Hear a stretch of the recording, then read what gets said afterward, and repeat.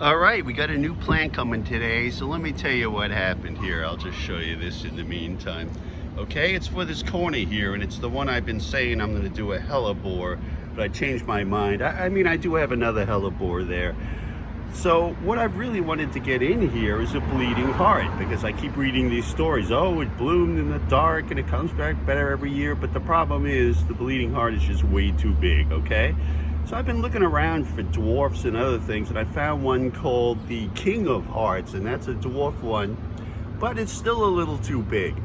So I've looked around, and recently I came across one called, it's Dicentra, it's Amore Titanium, and it's really compact. It's funny, it's not listed as a dwarf, but it's really compact.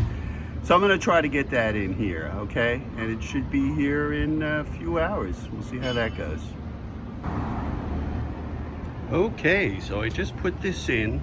This is the Dicentra Amore Titanium. You know, it's pretty compact. And it had a bunch of flowers. Now, most of them got broken. I'm sure it's UPS. The box was obviously upside down. The stems weren't simply broken. They were broken in multiple places. In fact, there was only one or two originals that actually survived. I don't know which one it is. Here you go. I think this one. The rest of them, when I did it, now a lot of them were just, forget it, broken, and I took them off, okay? They weren't gonna recover. The rest of them, I put a little tape. They were just kind of bent. We'll see. You know, these are gonna go anyway because it's gonna go dormant pretty soon.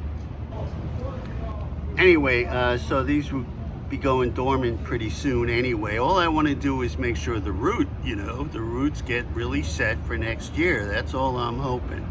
The same with these. I know these epimediums are going brown and stuff. I'm gonna leave them. I mean, it's getting close to that time. I just want to make sure these roots are in.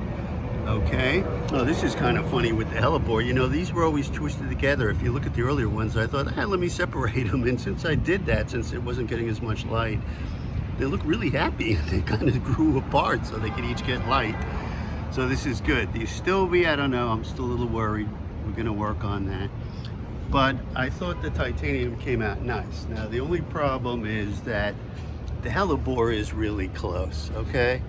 So what I'm hoping though is that from what I saw down the block, this gets pretty tall, all right? So and I don't think it's gonna bloom next year, to be honest with you. I think it's gonna take 2 years, but it should be up above this so it's not interfering. And I think this goes dormant in the summer anyway.